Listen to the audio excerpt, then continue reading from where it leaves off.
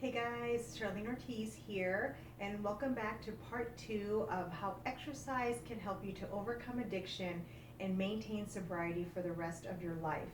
I wanted to start today with a quote from Dr. Mark Tornopolsky, and he stated, if there were a drug that could do for human health everything that exercise can, it would likely be the most valuable pharmaceutical ever developed. And this guy is a professor of neuroscience, and I don't remember the name of the university. But anyway, I wanted to start with that statement because it is a very powerful statement considering all the myriad of drugs that are available to us now to treat so many different conditions. And so for him to feel that exercise is superior to any drug that could ever be administered to us to help us to manage or heal or overcome any condition. Again, it's a very bold statement, and it just really goes to show how powerful exercise can be. And so this is definitely the part that I'm most excited about doing. And it's not going to be as long as the first part, I promise. But you'll get an opportunity to learn how amazing exercise is and how your body responds to it and how forgiving your body is.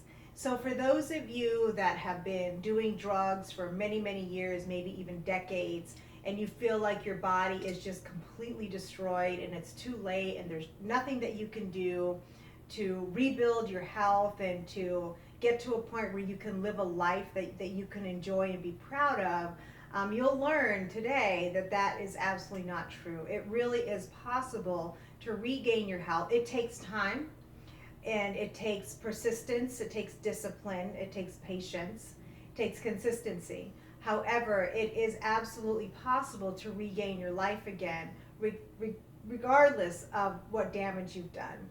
So, okay, first we're going to start with the neurotransmitters that are affected by exercise. Obviously, we all know now that endorphins are a major neurotransmitter, and we know that the reason is because they provide natural pain relief when we exert ourselves. And serotonin is another neurotransmitter, okay? And we know that serotonin helps with sleep and appetite. It's also a mood regulator. Okay? And we know that dopamine is the reward center of the body. I mean, obviously we know they do other things too, but that's what I'm going to focus on right now. All right, so when we exercise, we release endorphins, which is the natural opiate of the body. And that makes us feel good, it makes us feel relaxed.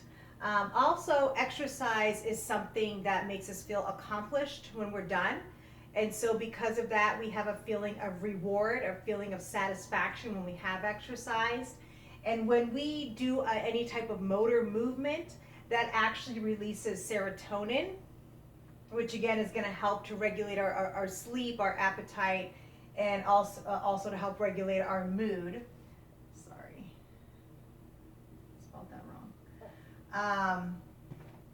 Like I said, I have a problem with words sometimes. I don't know if it's not like dyslexia or anything. I don't know what it is, but I've always been like that. And it also regulates our mood. Now, another important component with serotonin is a substance called tryptophan. Okay. And tryptophan produces serotonin. And when you exercise to the point of fatigue, that actually releases and increases your levels of tryptophan, which is then going to contribute to an increased levels of serotonin. And when all these neurotransmitters are working together, it also stimulates acetylcholine and norepinephrine, but I'm just focusing on these neurotransmitters today, right now. But when all of these are working in conjunction, as a unit, it is an incredibly powerful system to help regulate your body, to regulate your mood, to ease stress, to ease anxiety, to help you to feel relaxed and calm, happy, accomplished, satisfied. And so again, there's the amount of benefits that exercise provides is infinite. And one of these days I will do a video of all the different benefits that you will get from exercise, because it goes so much further than losing weight. It really does. But again, when these neurotransmitters are being more well regulated now because of the movement, because of the activity that you've been doing, again, it puts your body now at the balanced state that it's supposed to be in at all times. And the reason why is because, again, this all goes back to our primal days, that whenever we exerted energy, it was likely to get away from an animal or some kind of danger that was in our environment. And so the body wanted us to feel rewarded for exerting that energy to get away from that threat so that we would survive. Okay, now we're going to talk about stress. And we're going to talk about how exercise affects our stress hormones. Okay, so we're going to talk about cortisol. And many of you have probably heard of cortisol before. And adrenaline, you've heard of adrenaline, which is secreted from the adrenal glands. That's why it's called adrenaline. But adrenaline, as we've already discussed, it increases your heart rate and increases your oxygen, and that therefore increases your muscle function, your muscle endurance, and then this increases glycogen production. Okay, and these hormones are necessary in order for us to deal with a stress that could affect our life. So again, thousands of years ago, when you would go outside, you had no idea what could be coming at you. Well, it could be something, from the trees. It could be a lion, a tiger, because again, we lived in the wild with the wild. And so we faced a lot of dangers every day that were very real. And so we needed the physical ability to escape that. And so whenever we would spot any type of threat, animal, or even another person from another tribe or whatever it was, our body would boost up our levels of cortisol and adrenaline. We would then have the energy to take off running. And once we, finished, once we got away and we were done escaping from whatever threat that was there, the cortisol and adrenaline was now depleted because we used it while we were trying to get away. Well, what's happened now is that our view of stress is very different. And what we deal with as stress today is very different. So when you go outside, you're most likely not thinking about a lion attacking you or a fellow tribe member or your neighbor shooting you with a bow and arrow. You might have neighbors that are assholes, but you probably aren't afraid for your life that they're going to do something to hurt you. And so you don't have these physical threats that you have to deal with. However, there are still things that we need to deal with every day that have to do with survival, like going to work, dealing with the people at our jobs, taking care of our family, being able to pay our bills. And these are all things that are non-physical, but they are still essential to our survival in the time that we live in now. So you might not be worried about a lion or a tiger or your neighbor shooting you with a bow and arrow, but you might be worried about your car starting. You might be worried about, is your kid going to get in trouble when he or she goes to school today? You might be worried about, is my boss going to be in a bad mood? Is he going to be happy with the work that I did yesterday? Am I going to bump into that coworker that I don't get along with? Is my husband or wife going to come home in a bad mood? Am I going to have enough money to pay the bills this month? Is there going to be an unexpected bill? What are my taxes going to be like? So there's just so many things that are constantly going through our mind that are causing us stress that we have to deal with now. And because these are not physical threats, there's really no physical action we do to get away from the stress because it's all mental now. However, the body still releases the cortisol and the adrenaline, but you don't perform any physical activity to deplete it, so it stays in your system.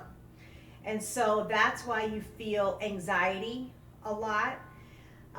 It also suppresses your immune system, because whenever you're in a place of immediate danger, your body will suppress other systems that aren't quite as important at that moment and distribute it, to your muscles.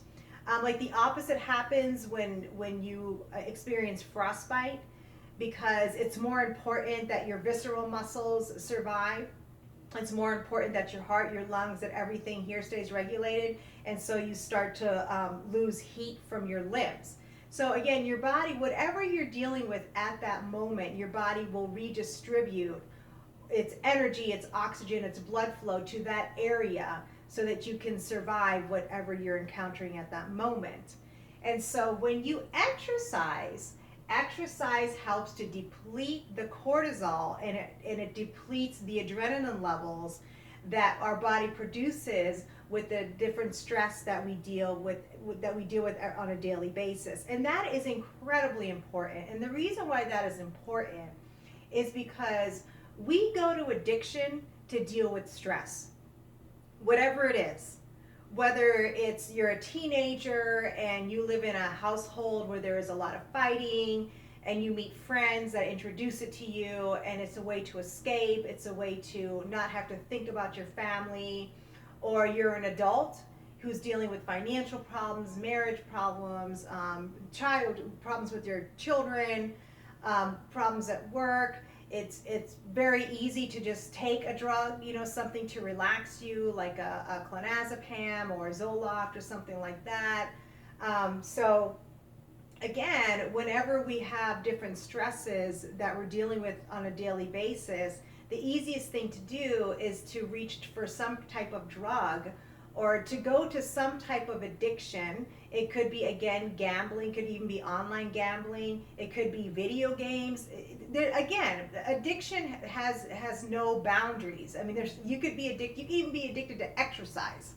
And what's important about that is that if you actually exercise too much, like if you get addicted to exercise and now you're overdoing the exercise, now it will have the opposite effect, where it will actually increase the stress hormones. So again, even with exercise, you have to be balanced on not exercising too much. And so, but if you're on a good exercise program where you're exercising, 20 to 30 minutes, maybe 45, maybe up to an hour, 3 to 4 days a week, then that will help to keep all this regulated and keep it down to a healthy level. So then when you deal with everyday stresses in life, it'll be easier for you to deal with it, and you won't feel the need to have to go to a drug, because you don't feel the stress from the cortisol and the adrenaline that's in your system that's not supposed to be there. And so that's another benefit that exercise has when you're trying to overcome an addiction. And another one is a protein called brain-derived neurotropic factor. I know it's a long name. Okay. So what is brain-derived neurotropic factor?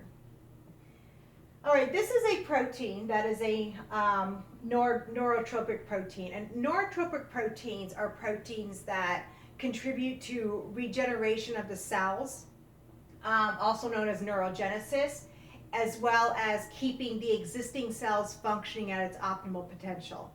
We did not know this existed until the 1980s, when it was finally discovered. I can't remember who discovered it or how, but I just remember it was the 1980s when this was discovered. And it was an incredibly exciting discovery, because we used to think that whenever there was damage done to the nerve cells, that was it.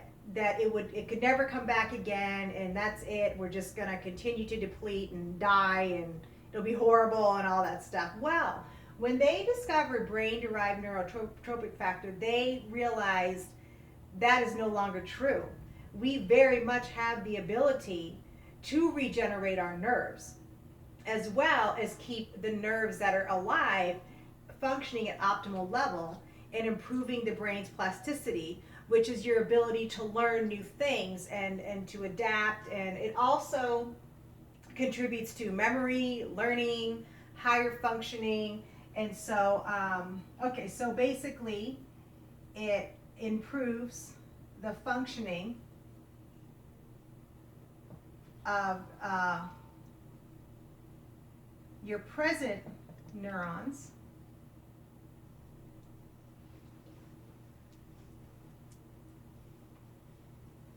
and it also increases neurogenesis.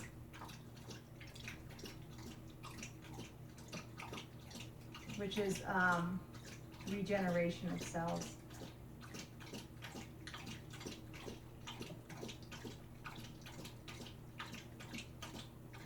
Okay, and that is a big deal, especially for people that are suffering from Parkinson's disease, Alzheimer's, Huntington's disease. Brain-derived neurotropic factor can actually counteract the symptoms and can rebuild the damage that has been done to the nerves. And for anyone that has been an addict for any extended period of time, it doesn't even have to be that long, it could even be a few months, you have done significant damage to your nervous system. You have done significant damage to your neurotransmitters' ability to communicate with the receptor, and you have completely taken your body out of homeostasis, and now everything is completely out of whack. Well, brain-derived neurotropic factor can fix that. And when you exercise, it increases the level of brain-derived neurotropic factor. They're still not exactly sure how it works or why it works, because the reality is our body is so incredibly complex. We really only understand a fraction of why it does what it does and how it does what it does. All we know is that it's amazing, and there's nothing else on this planet as sophisticated and amazing as the human body. And so when you increase the brain-derived neurotropic factor through exercise, you can rebuild and fix the damage that you did when you were doing drugs. Or if you're doing drugs right now and you're trying to stop, you can actually rebuild those neurons. And you can give them the ability to function back at their optimal levels again. So again, this was a very exciting discovery when they discovered this protein right here. So for those of you that feel that you have damage beyond repair, it's really not true. Your body is incredibly forgiving, and it will heal you if you take care of it. And one thing I always tell my clients, if you take care of your body will take care of you. And again, there's so many, it's almost infinite, the number of things that exercise does to help improve the functioning of your body and allow you to live a life that you enjoy, and a life where you feel you're living at its full potential. And so, so again, with the brain-derived neurotropic factor, you can repair the damage that was done. Now, there's been some debate on what type of exercise helps to improve the levels of brain-derived neurotropic factor. At one point, they thought that it had to be very high-intensity exercise, when they were doing research for Huntington's disease. But then they learned it actually doesn't have to be high intensity. That low intensity exercise or moderate intensity can also increase levels of brain-derived neurotropic factor. And it will also improve the functioning of the limbic system. And the limbic system, specifically a part of the limbic system called the hippocampus. And the limbic system I'm just going to put the hippocampus because that's the part of the brain that the brain-derived neurotropic factor has had a very powerful effect on. But the limbic system is comprised of the hippocampus, the thalamus, the hypothalamus, the amygdala, and a few other structures as well. But the limbic system is responsible for regulating the functions of serotonin, of dopamine, of endorphins, of acetylcholine, like all these neurotransmitters that again help to keep us regulated and help to keep us in a balanced state. And so brain-derived neurotropic factor improves the functioning of the hippocampus, which is also responsible for memory too. And so again, it will improve the functioning of the limbic system, how the limbic system functions, and if it's improving the functioning of the limbic system, then it's improving your body's ability again to regulate these neurotransmitters to help to keep us in a balanced, even keel state of homeostasis. And so that's why it's so important. So you might be thinking, well, that's great, that's wonderful information, but how do I start? How do I begin exercising? Well, first of all, if you are going through any type of rehab or detox right now, you want to first make sure that you talk to your addiction counselor or specialist or your psychiatrist or whoever it is, because obviously, they use a myriad of different treatments in order to help people to overcome addiction. And so you do want to, at some point, incorporate exercise into your rehab program, because again, it's going to make a big difference in your ability to overcome the addiction. And the great thing about exercise, as well as the brain-derived neurotropic factor, it's one of those things that's like a snowball effect. It's like the more endorphins and serotonin and dopamine that you develop when your exercise is when you're doing it on a regular basis, and that just goes to the production of even more serotonin, more dopamine, more endorphins that stay in your body longer. And brain-derived neurotropic factor, when it binds to its receptor, it actually increases the amount, the production of brain-derived neurotropic factor when it binds to its receptor. So again, it's kind of like a snowball effect. It's like the more brain-derived neurotropic factor is in your body, the more it will bind to the receptor. The more there is to bind to the receptor to create more brain-derived neurotropic factor. It's kind of like an investment. Like if you have put a lot of money in the bank, and the more money you have in the bank, the more interest you have. So the more interest you have, the more it adds to your principal, increasing your principal, increasing the interest on that higher principal. So that's kind of how it works. And again, because your body wants to work at its optimal potential. Your body wants to heal you. Your body wants to take care of you. And your body wants you to live in a vessel that you can enjoy life in. And again, that's why it's so forgiving. And as soon as you stop injecting harmful substances into it, it will immediately start working to repair itself. But you can help the body out by incorporating things like exercise into your life, as well as certain foods and nutrition. And I know I haven't talked that much about nutrition yet in my video series, but I will be getting to nutrition very soon, because there are certain foods that actually contain tryptophan that you can eat and will help to increase the levels of serotonin naturally. And so there are so many natural ways that you could increase these neurotransmitters that do contribute to the feeling of happiness, relaxation, and reward through meditation. Another way is a method called binaural beats. And that's basically a tone or a frequency that you can listen to that stimulates parts of your brain that help you to feel relaxed and help you to feel calm. And I'm definitely going to do a video on binaural beats here very soon, so that you can understand what that is. And you can find a million videos on YouTube that has like 6 to 8 hours of this music that incorporates this tone that again will help to stimulate relaxation in your brain and release serotonin and dopamine naturally. So there's so many natural ways. It's just, again, it's infinite. all the things that we can do to improve our body's functioning without any type of drug, whether it be pharmaceutical or whether it be an illicit drug. There's so many ways, because what is available to us in nature is there in order to help us to function at our full capacity, and to be able to enjoy a full life. So, all right, guys. So that is that is the end of part 2, and how amazing exercise is, and how it can help you to overcome addiction. And so, again, you might be asking yourself, well, what do I do? How do I start? Well, that's why I started this channel.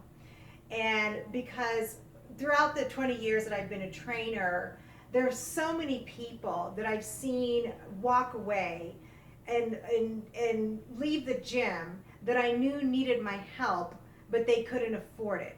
Because pretty much any gym that you go to will offer what's called an assessment, where you get like one free session with a trainer, and they might just do measurements, or they might show you how to use machines or what have you.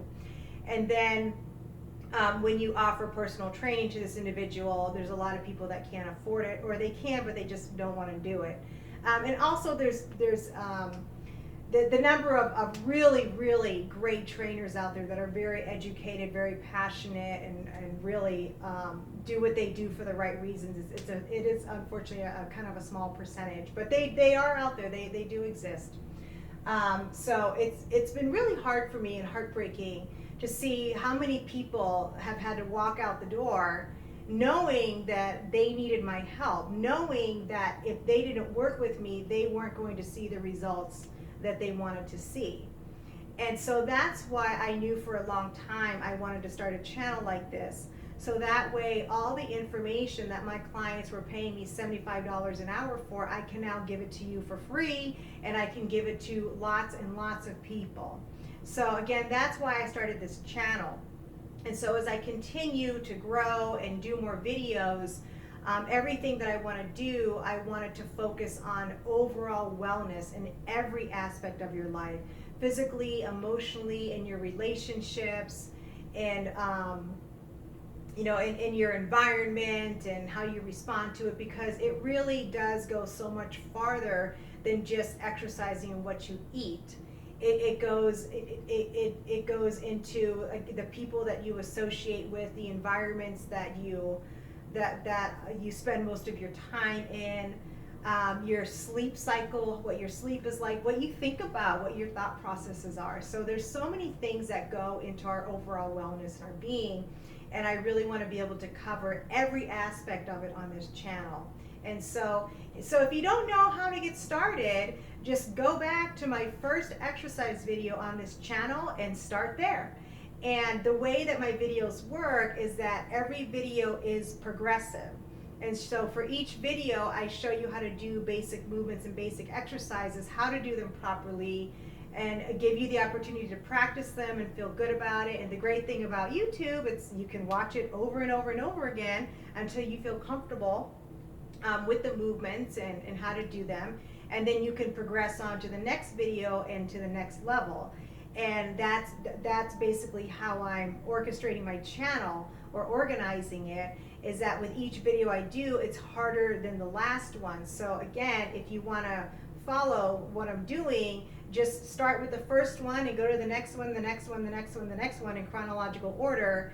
And little by little, you'll get stronger, and you'll be able to do the more advanced progressions that I do in my exercise routines.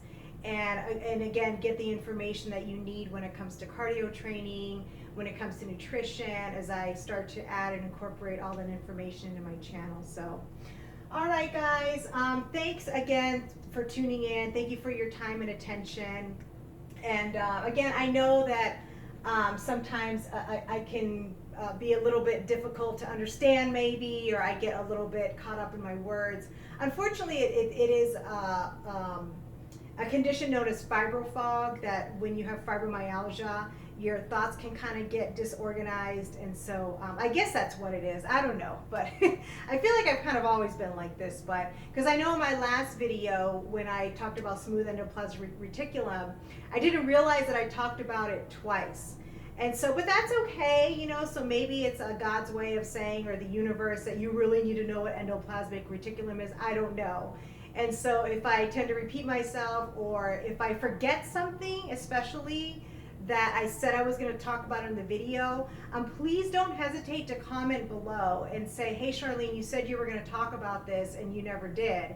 And obviously, again, I do the best I can to remember everything that I want to discuss and cover everything in my video. So certainly leave a comment if I do forget something.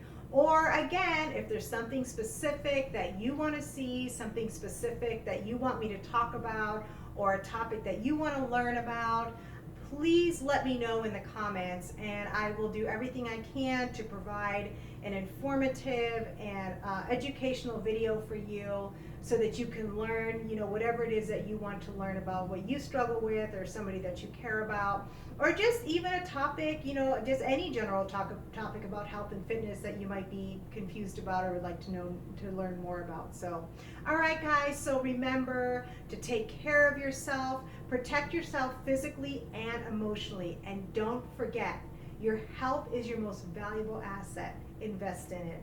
Bye-bye.